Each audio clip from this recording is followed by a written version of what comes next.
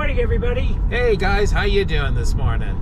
Hey, listen, we're in our Subaru Forester, our trusty Subaru Forester. They're not paying us to say that. We are now complete with the northernmost part of our 5,000-mile trip.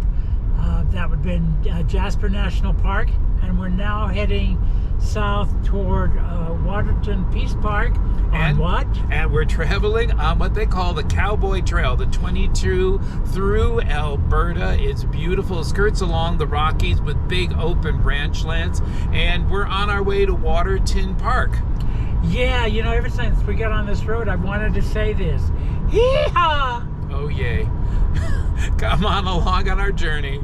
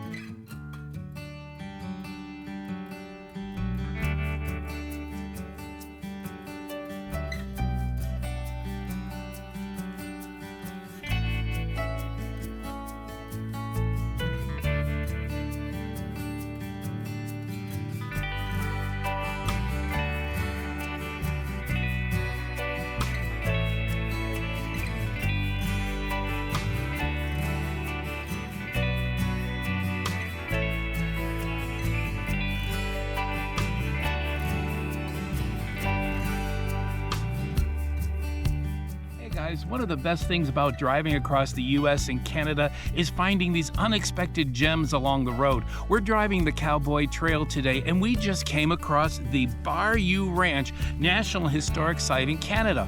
What this is an historic ranch of buildings that are over 150 years old. They're all original, and they're all in their original location. So we thought we'd take you around and tour some of them.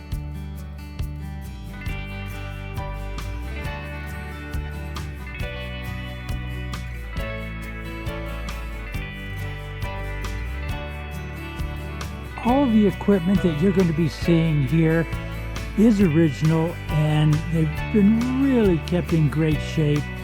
This is a marvelous opportunity to learn a little bit about the early history of Canada. Hey guys, I know this is an historic farm, but if I owned this, I would turn this into a beautiful 3-bedroom ranch house with a loft. I'd probably change the name to the Barbie Dream Ranch. It is just spectacular. The architecture here is beautiful.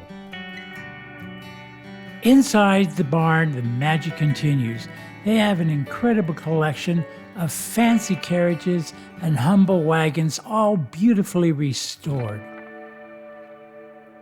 Hey, Grandpa Scott, didn't you take your driver's test in one of these?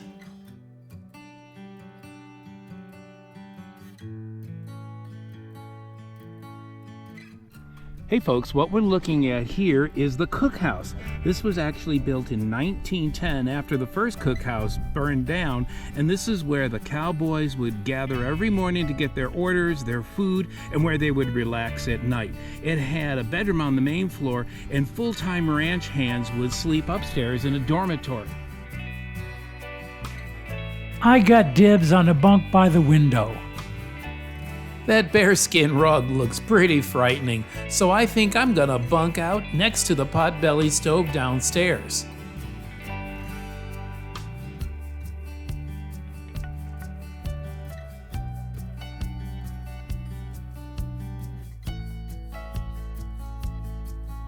The potbelly stove warmed the ranch hands on those cold Alberta nights.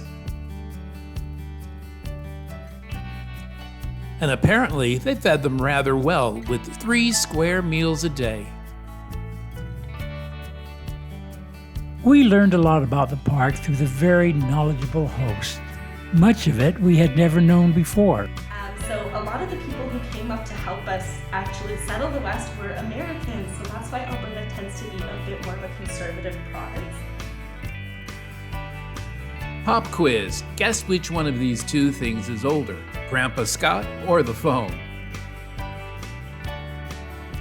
What we're looking at here is called the Saddle Horse Barn. It's the largest and the oldest log building on the ranch. It was started in 1882, and it's where the riders kept their tack and fed and saddled their horses.